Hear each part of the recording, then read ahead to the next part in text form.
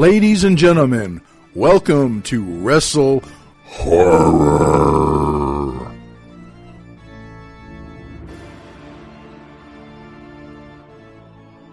Greetings, viewers and listeners. Meathook Jim here, and it is the end of 2021. And what a year it has been. Joining me, my co-host, Donnie Hoover.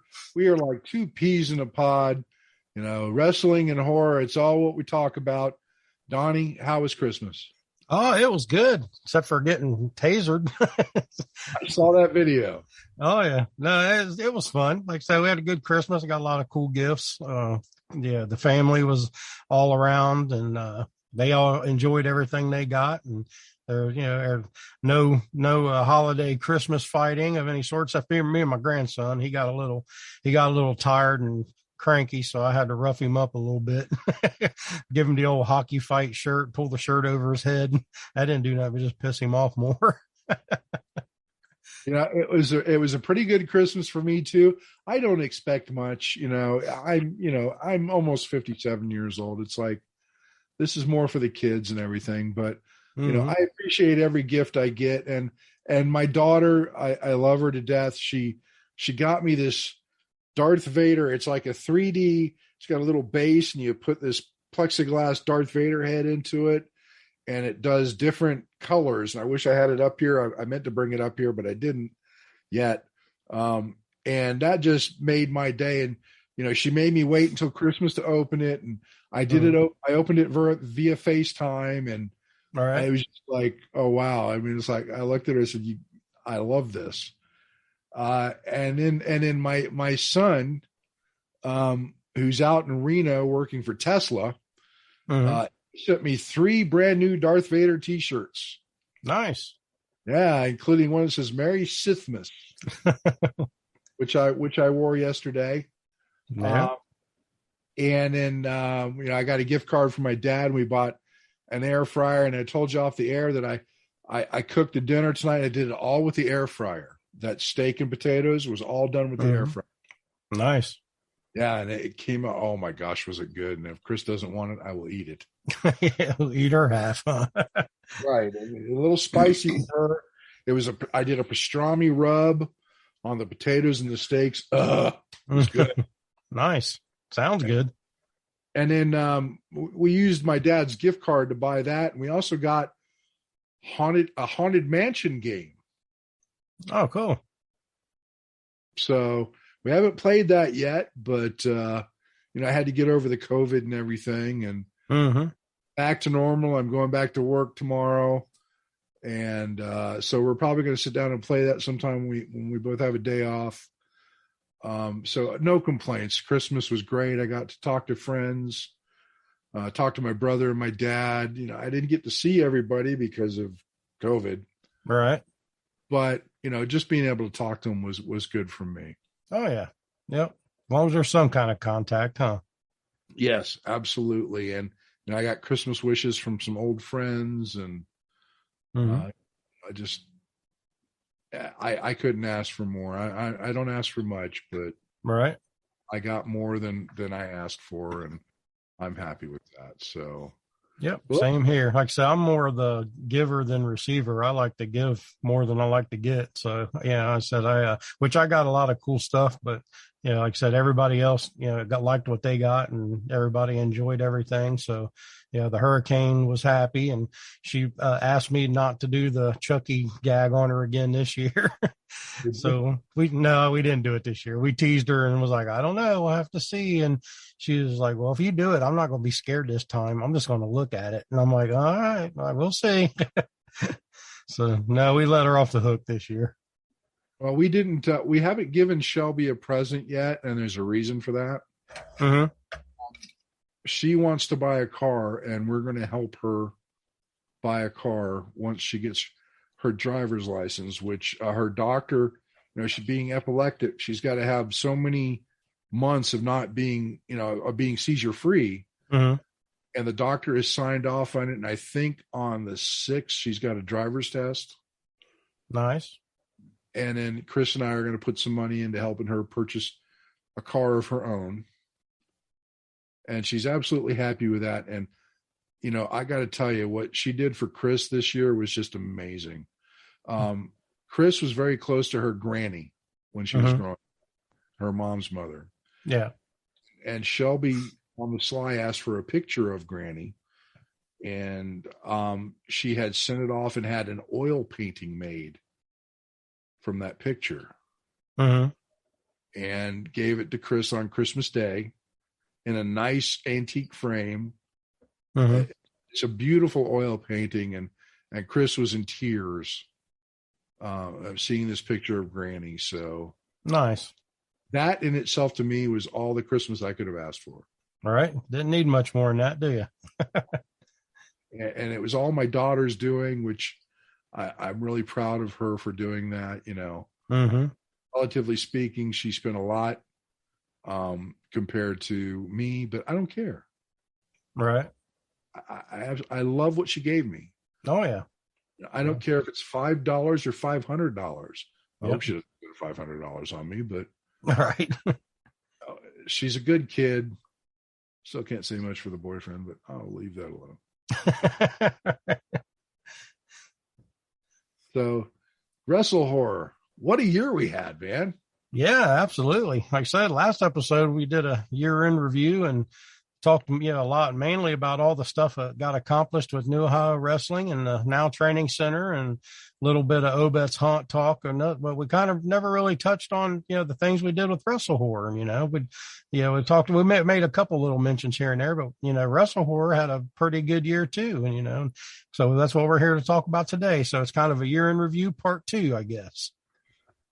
And it was, I mean, at the beginning of the year, we weren't sure what to expect because last year, COVID and everything. And even this year, there's been some restrictions still. And now we got the Omicron raising its ugly head. But, Omicron's like a bad cold. Right. Take some cold medicine and keep going. Right. But, I mean, some of the guests we had over the years, I should say.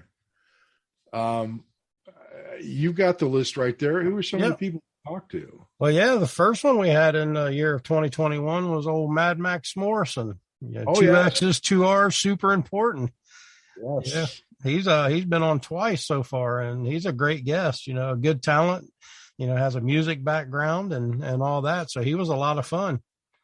And an acting background. Yeah, and an acting background. Yep, absolutely. Yeah, so we had. He's like a triple threat. Oh yeah. Man of many talents. Right. An amazing talent, very personable and, is willing to talk to us at any time.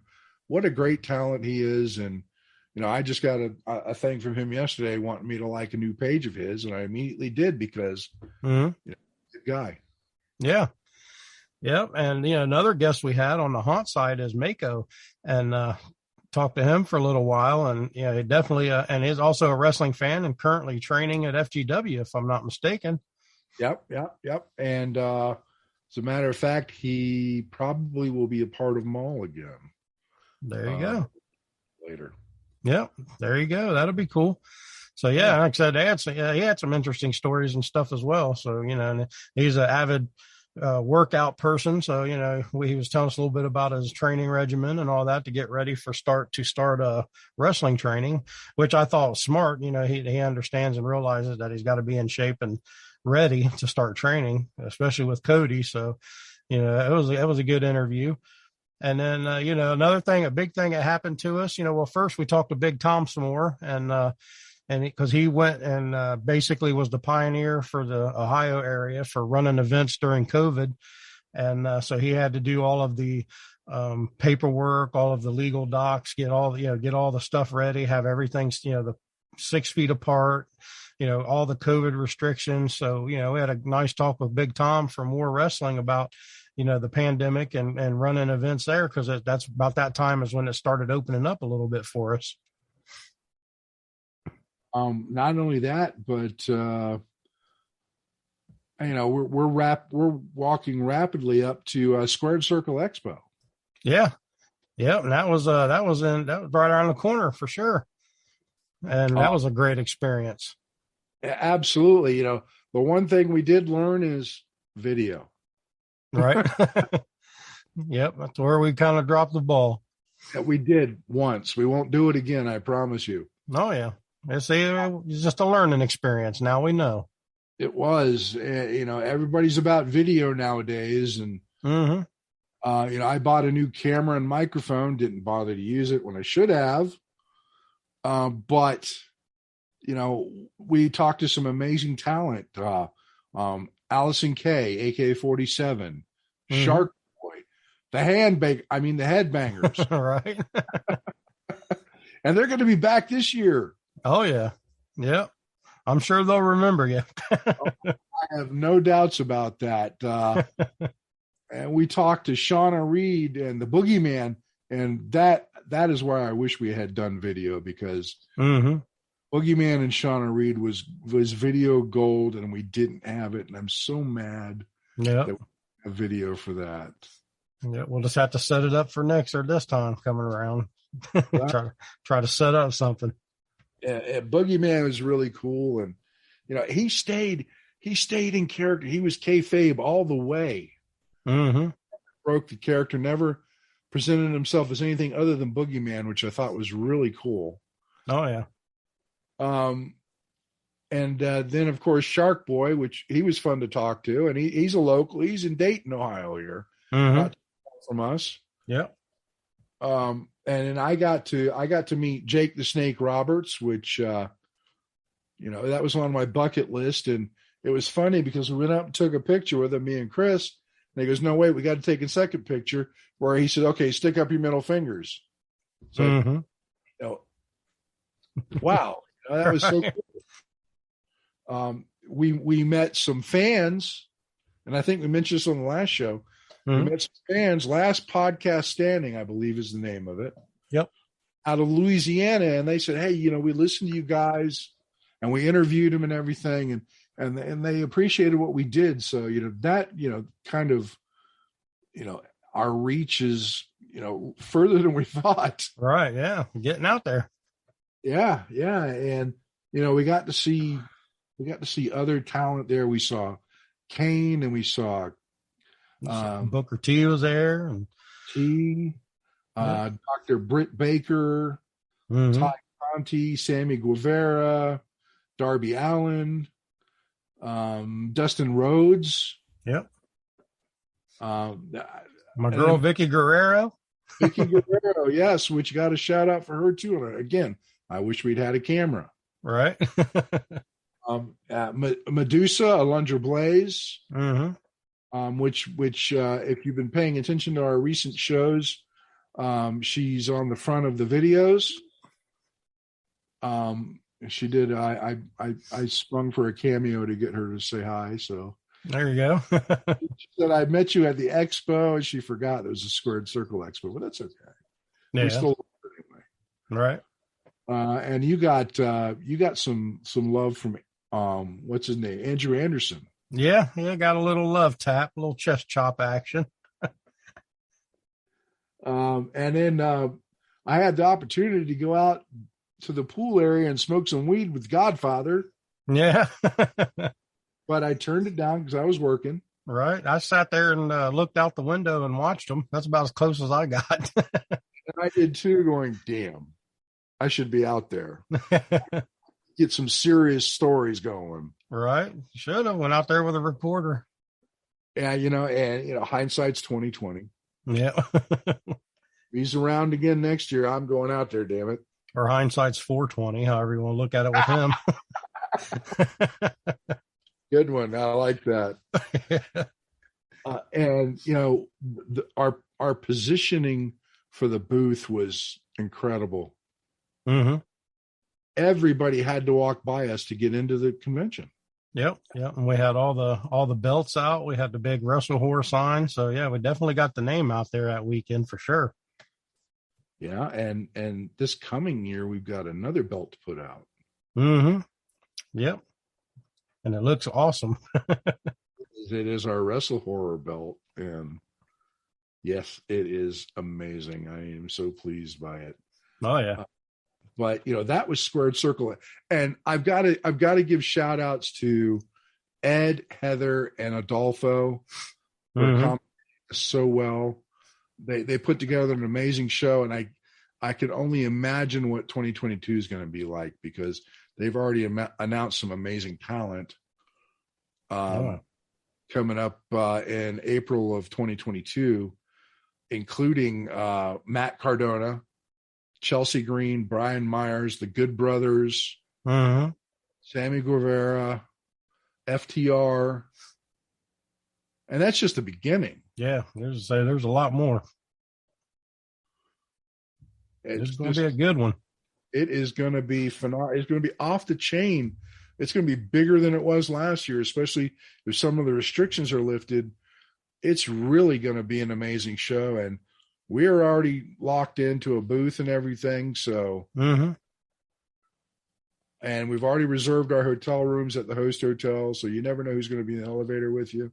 Right. I don't have to stay in the hotel that doesn't take MasterCard. Yep. There you go. You don't even have to leave the building for the whole weekend. So what else did we talk to this year? I mean, yeah. One of the ones that I liked and really enjoyed from the haunt side is we talked to Brian Foreman. Yes. Haunt Topic Radio, Scarrett Badges, and all of that. And like I said, I always like talking to the haunt people, because I've talked to wrestling people for decades now. So like I like talking to the haunt guys that are making names in the haunt business. And Brian Foreman was like an excellent guest and really informative, a lot of fun. And so I really enjoyed that one. And it's just, that's why we work so well together, because I'm old hat with the haunt people, you're old hat with the wrestling people. So it's kind of a give and take. And Brian Foreman, I've known him for years. With my other podcast, Big Scary Show, I've been on his show. He's been on Big Scary Show. He's been on WrestleHorror now. Brian's a great guy, a lot of talent, an amazing haunt out in Mexico, Missouri. Yeah, Mexico, yes. Called, if I'm not mistaken, Fear Factory. Yeah. And if I'm wrong. Or Dead Factory. Dead Factory, thank you. Yep. Dead Factory. Brian's a wealth of knowledge. Him and Daryl Plunkey up in Canada put together Scarrett Badges, which I thought was a phenomenal idea. Because I used to be a Boy Scout when I was a kid, so Scarrett Badges really work, and they've got awards like the Urination Award for making people pee.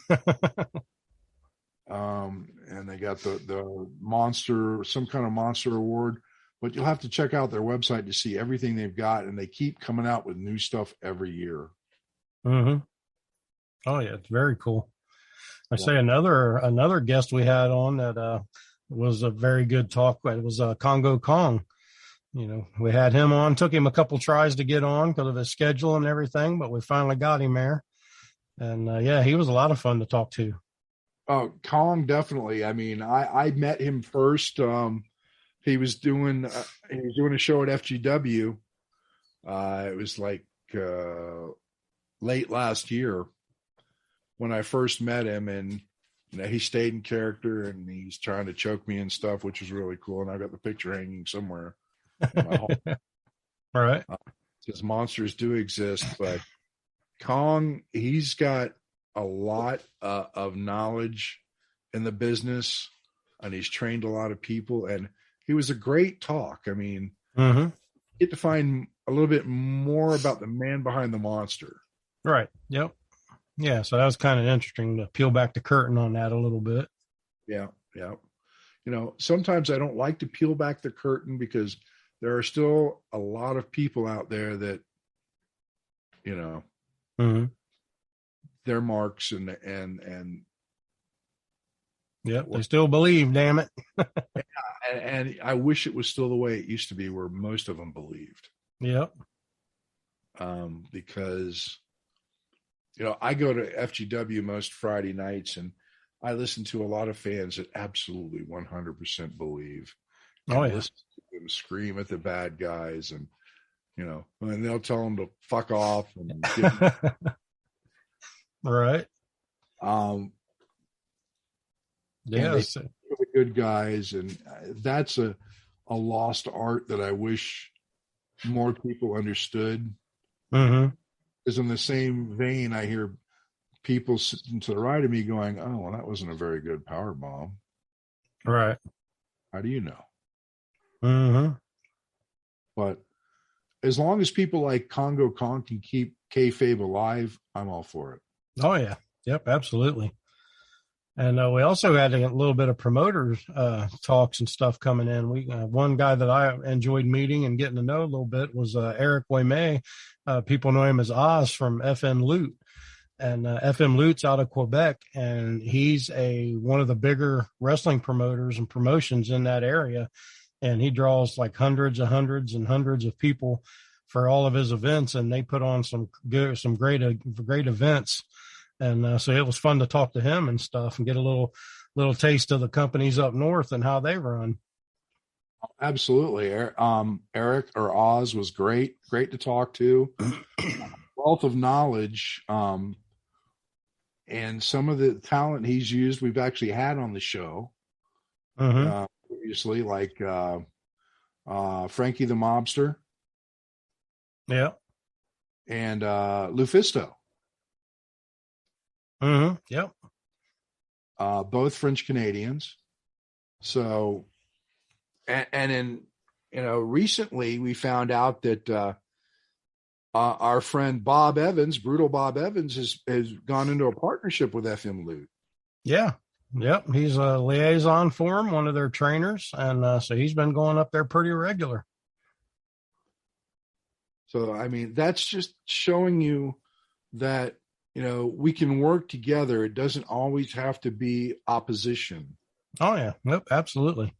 If you work together, we better the business. If you fight, it just detracts from the business. Mm-hmm. Yep. It's kind of senseless to do it, but there's still people out there. But, more and more forbidden doors are being opened. Yeah. Which I'm happy to see. This year there was the forbidden door was open between AEW and Impact. Right. Yeah. And other smaller promotions like Major League Wrestling and Pro Wrestling Guerrilla and things like that. They're peeling back these and giving people what they want to see. Mm-hmm. Yep. It's a novel concept, isn't it? It is, except for one promotion, which we won't mention. It's run by some guy named McMahon, but yeah. Oh, he doesn't play well with others, but he's giving people work too, so we got to give him his credit. Yes, absolutely is giving people work, but I think he just needs to, not be such a tight ass. Yeah, right. Simplest way I can put it. People are working, fans appreciate it. That's what it boils down to. You're getting fans to watch your product. Yeah. Yep. Okay. One thing we talked about also on WrestleHorror, which we covered in the last was 2021 was when we opened up the training center. And so that was a big topic for the WrestleHorror podcast and the WrestleFit programs and all that. So that was exciting to, discuss and talk about and stuff like that. It was the whole training center aspect, and you had all these established wrestlers coming in to train, as well as the Ohio Pro Wrestling Academy. Mm-hmm. Yep. Up with the training center, with James Avery and his crew, and training guys to be wrestlers. And I think one of the last times we were there, they had just graduated a new guy that looks like he's going to be a high flyer. I think his name's Austin Blaze. Yeah. Yep. He's fresh on the scene, is still undefeated.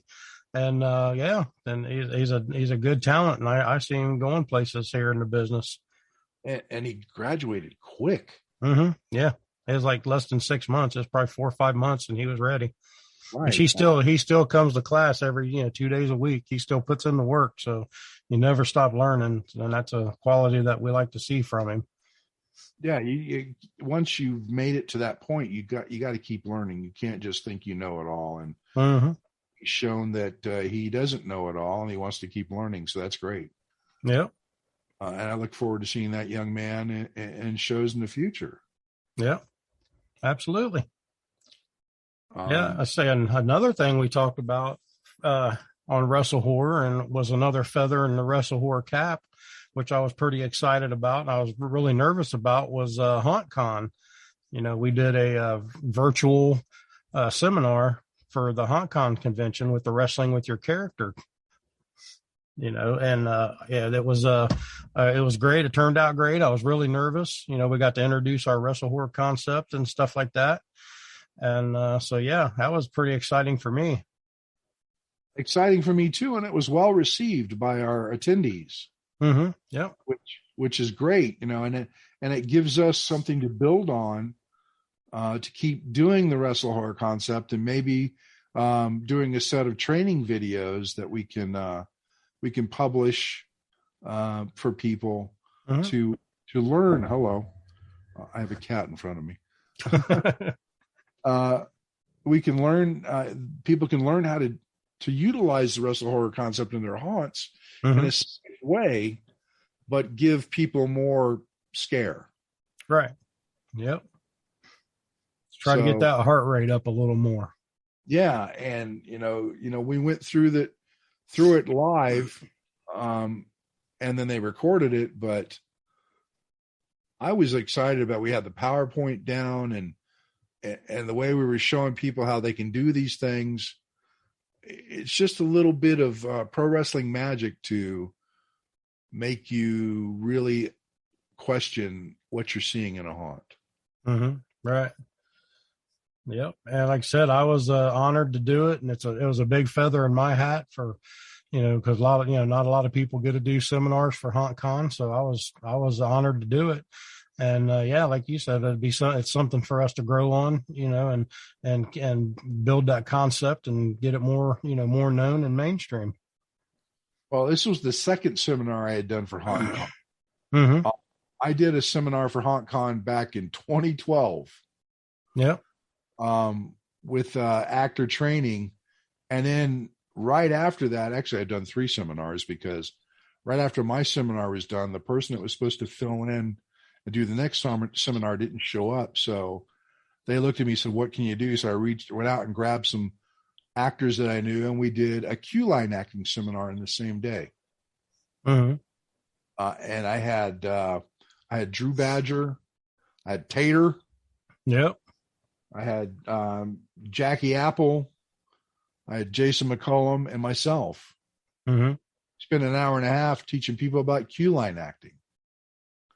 But by far, my favorite seminar has been the WrestleHorror seminar, because we brought something different to the table. Mm-hmm. Yeah, like something that nobody's really talked about in the way we talked about it. Right, definitely. Mm-hmm. So like I said, that was pretty exciting for me. And then, and speaking of like the haunting and stuff, a lady we had on that you've known since she was a child, Kim Shell from Backwoods Oddities, we had her on and talked with her, and she was, for as young as she is, and she was a wealth of information. She's very knowledgeable about the haunt industry. Well, she's been haunting for 10 plus years now. Mm-hmm.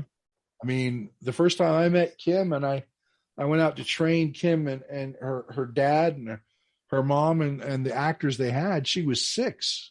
Right. Mm-hmm. She's 16 now. And she's the general manager of the haunt. Yeah, at 16 years old, yep. But, she's got 10 years experience. Mm-hmm. And I've enjoyed watching her grow. And, from the first moment I saw her perform, I knew she was special, because she was damn creepy. I mean, I can't, Susie Soul something.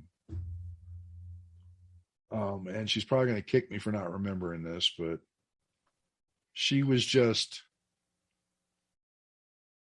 her character that first year that I went out and watched him perform, it gave me chills. Mm-hmm. And after that, I've come out and see her work, and you can tell, I mean, her dad, Alan absolutely loves the business. Right.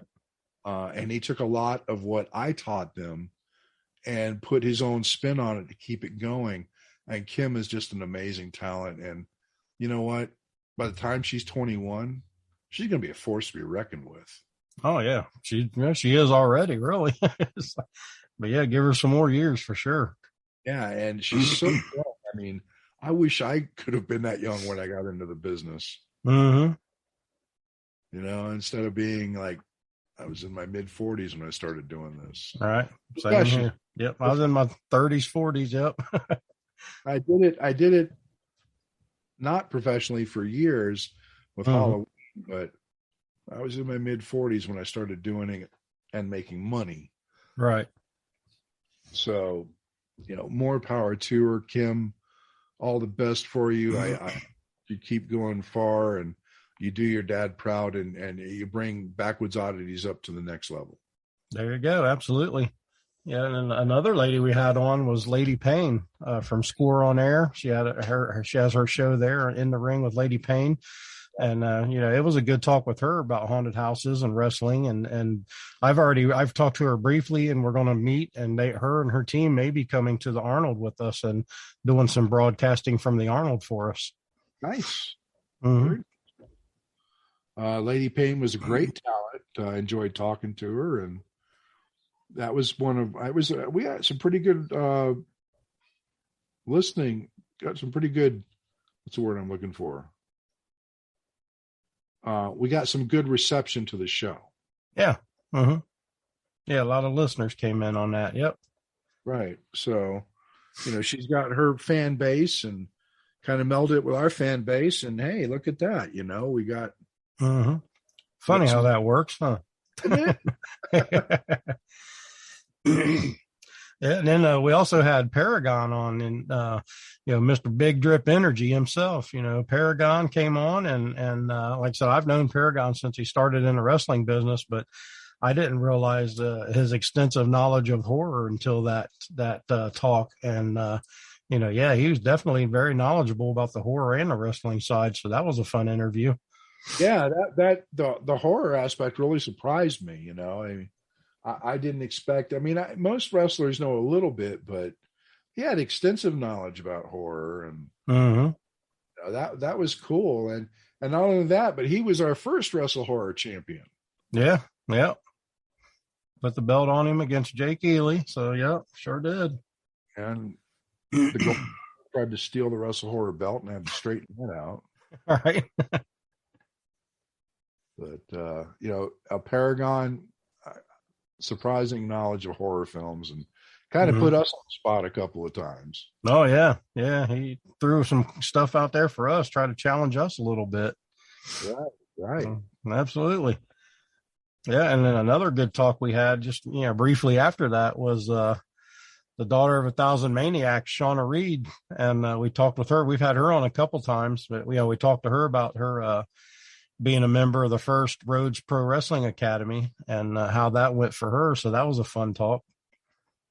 Yep. And she's the first Rhodes Pro Wrestling Academy female champion. Yep. She won the belt at their last show. She did. And she's, you know, the daughter of 1,000 Maniacs. You never know what you're going to get with Shauna. Mm-hmm.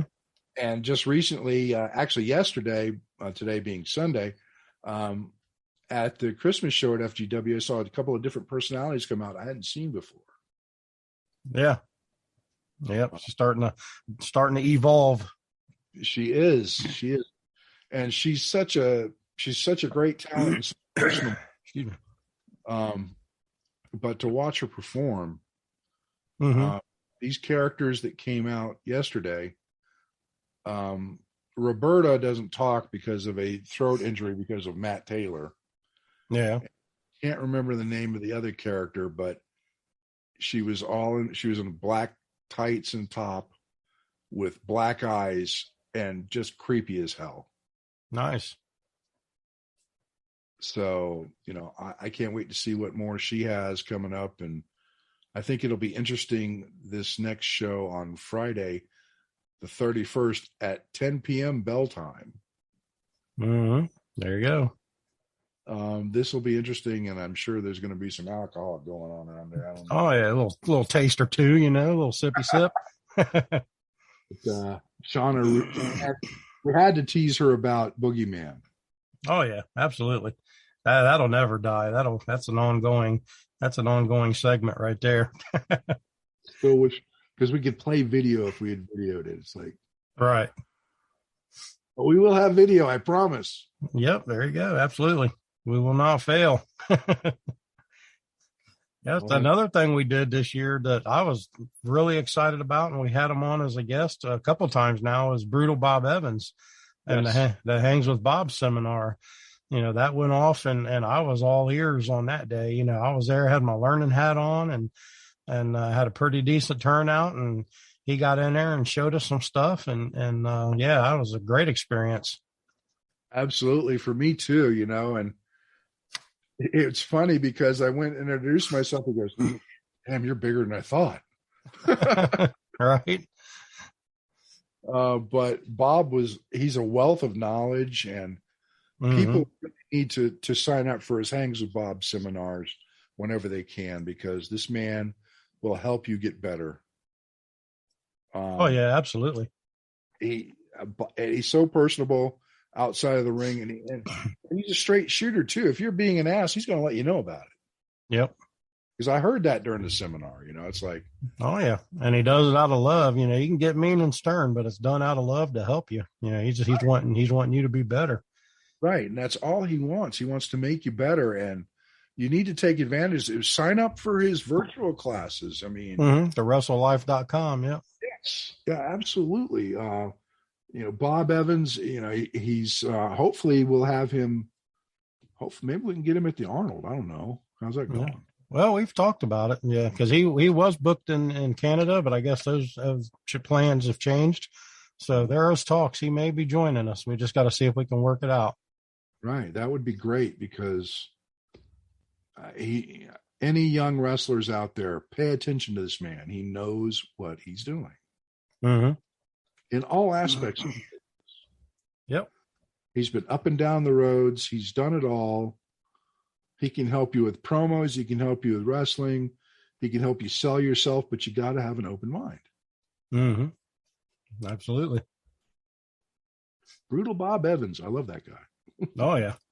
Yep. Another guy I know you love, we had on, and like I said, I've known him for a little while, but you've known him for way longer than me. And he actually came to our trail when I had the trail and worked for us a couple nights, and that's Damian Reaper. I have known Damian for a long time. And I will tell you that Damian is a haunter through and through, 150%. That's all he does. That's all he wants to do. I wish I could say I could do that 24/7. Oh yeah. Yeah. It seems like he sleeps, eats, and breathes haunting. He does. And, he's been I admired him when I first started with Dent. We became friends, and I've interviewed him, and then he joined Maul, and, he's got a wealth of talent, and he's always willing to help the younger talent. Yep, and that's a good thing. Yeah, it's something I've always appreciated about him. A little hard-headed sometimes, but ain't we all? Most haunters are. Yep. But Damian, he's still, to this day, I'll make a post here and there. He'll comment on it, and I made some posts about Meathook Jim, and he was right there. Go for it, brother. Be the best you can be, and he's always supportive. I've never seen him badmouth another haunter ever. Right. That's rare. Yes, it is. And he's a good guy for that, and I appreciate him. Oh yeah, absolutely. Yeah. And then, like I said, we talked about the squared circle a little bit, and, we had Adolfo Dorda on, and he was a good talk, and talked a little bit about his past experience with conventions, and then, the upcoming Squared Circle Expo at the time. But, another set of guests we had that was involved with the Squared Circle Expo was Hardcore Heather Owens and Ed Gonzalez. And so they were very fun to have on. They talked about their wrestling. They talked about their Funko Pop obsessions and all kind of stuff. Zubas. Yeah, the Zubas. I've never seen him in anything but a pair of Zubas. Yep.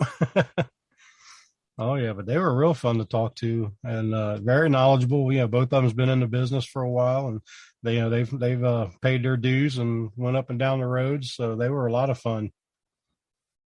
And between them and Aldolfo, they put the Squared Circle Expo was great, and oh yeah, purely through all their hard work.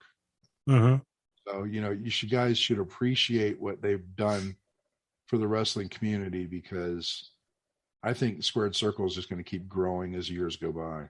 Oh yeah, yeah. Like I said, if people just leave them be and let them do what they do, that's going to be a huge expo. Once it's just going to keep growing. It's definitely going to outgrow the hotel, I think. Oh yeah, yeah, yeah. They'll have to move it here in a few years, I'm thinking. Yeah. Some bigger names, and we've already, like I said, we mentioned earlier, they've already got some big names booked. Oh yeah, yeah. They got some top tier talent for sure coming in. We mentioned earlier Matt Cardona. I mean, mm-hmm. He's all over the place. Him and Chelsea Green. I mean, mm-hmm. Chelsea Green. Sorry. All right. Got sidetracked a little bit.